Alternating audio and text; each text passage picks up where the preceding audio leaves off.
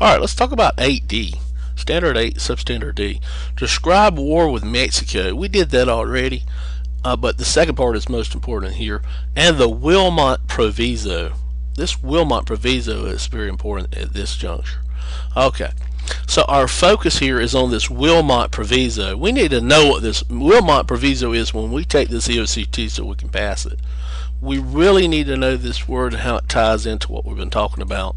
These events, these north-south tensions, these north-south divisions, these north-south arguments, and how they lead us to a civil war. And here we're on the Wilmot Proviso. We've come a long way. We have a lot to learn, but if you do these one by one, you can understand them better. So watch these videos over and over again and look at each one of these as if you need to know them life or death for this EOCT. So here's the Wilmot Proviso, and that's the focus of this standard. Describe the war with Mexico in the Wilmot Proviso. So let's look at the themes here.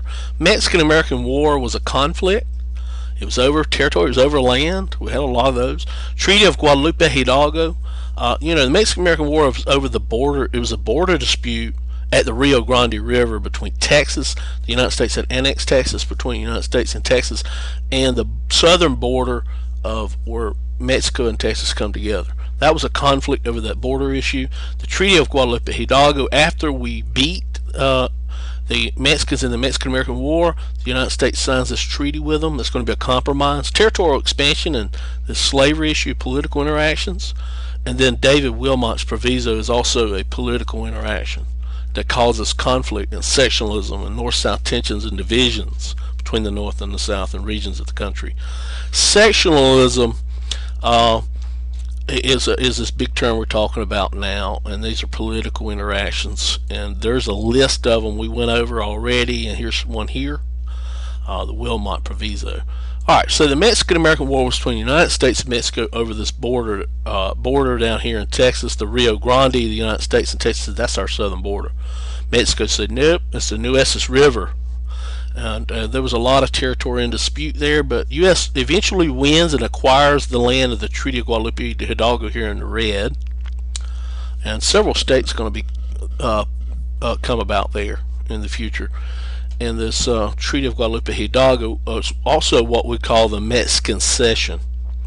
And this Mexican Cession is very important when it comes to the David Wilmot, because David Wilmot says, hey, all this area in red and even this Gadsden Purchase, let's outlaw slavery there. Let's not let slavery go into this territory. So David Wilmot, is he an abolitionist? Well, not necessarily. He's not arguing for the abolition of slavery, but he does want to stop slavery from spreading westward, especially into this area acquired after the Mexican-American War and the Treaty of Guadalupe Hidalgo and the Gadsden Purchase. He says, let's not allow slavery out here. Let's let this be free territory. So this Texas border dispute erupts into the Mexican-American War over the Rio Grande River and the Nueces River. Mexican-American War begins over this border dispute at Texas. James K. Polk was the president, and if we'll look here at this map and review, here's the Nueces River. Here, that's what Mexico said was Texas' southern border. United States, Rio Grande is. And this area with the green and yellow we talked about was in dispute. Eventually, after the war, we get all of this area in green and yellow. Okay. And the war happened with all these movements, and then in the end we say that Mexico cedes in this treaty all of this disputed territory and the Treaty of Guadalupe Hidalgo here, and then we purchase this Gadsden Purchase. A lot of states are going to come into play there.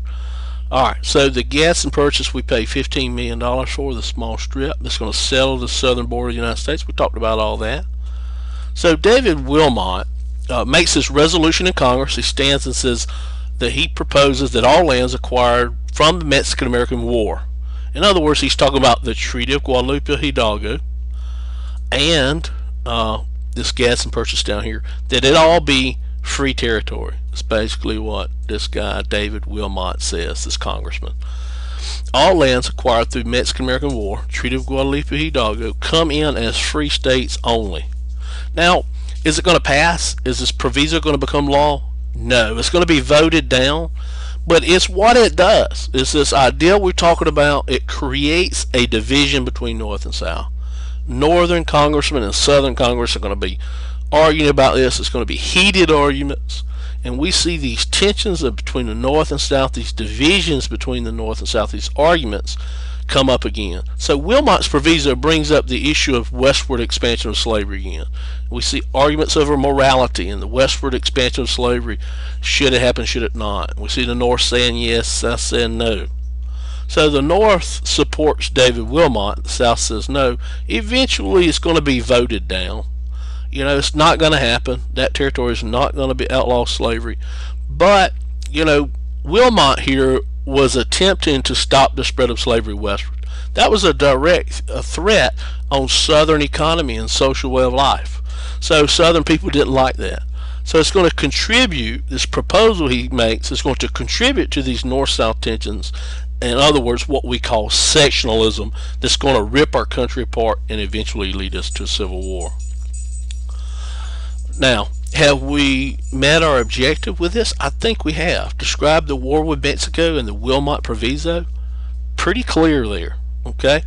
So here it is here, the Wilmot Proviso. I think we've done enough here. If you have any questions, ask them in class.